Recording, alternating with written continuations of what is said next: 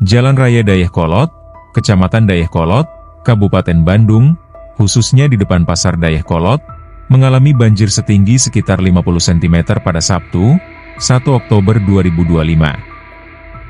Banjir ini menyebabkan kemacetan dan arus lalu lintas tersendat karena banyak kendaraan, baik roda 2 maupun roda 4, terpaksa memutar balik atau bahkan mogok ketika berusaha melewati genangan air tersebut.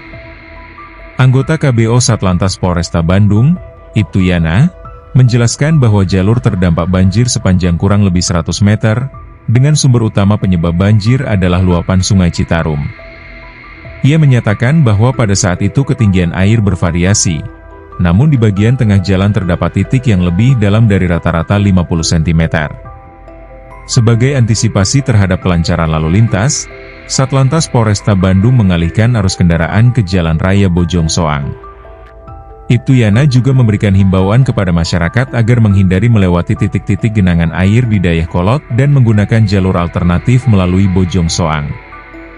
Namun, meskipun ada peringatan tersebut, sebagian warga masih memilih untuk menerobos banjir demi mempercepat perjalanan.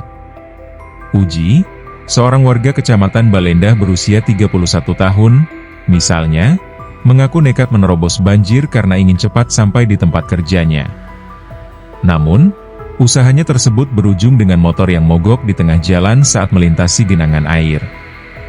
Uji mengungkapkan bahwa kejadian motor mogok akibat banjir bukanlah hal baru baginya karena selama musim hujan jalan yang biasa dipakai selalu terendam banjir. Menurut Uji, meskipun ada jalur alternatif, rutenya terlalu jauh dan juga rawan macet, sehingga ia memutuskan untuk tetap menerobos jalur utama. Ia menilai kondisi tersebut sebagai pilihan yang sulit antara menempuh jarak lebih jauh atau melewati banjir yang berisiko. Di sisi lain, Randy, warga Kecamatan Banjaran berusia 36 tahun, memilih untuk memutar balik dan menghindari risiko menerobos banjir di Jalan Raya Dayakolot.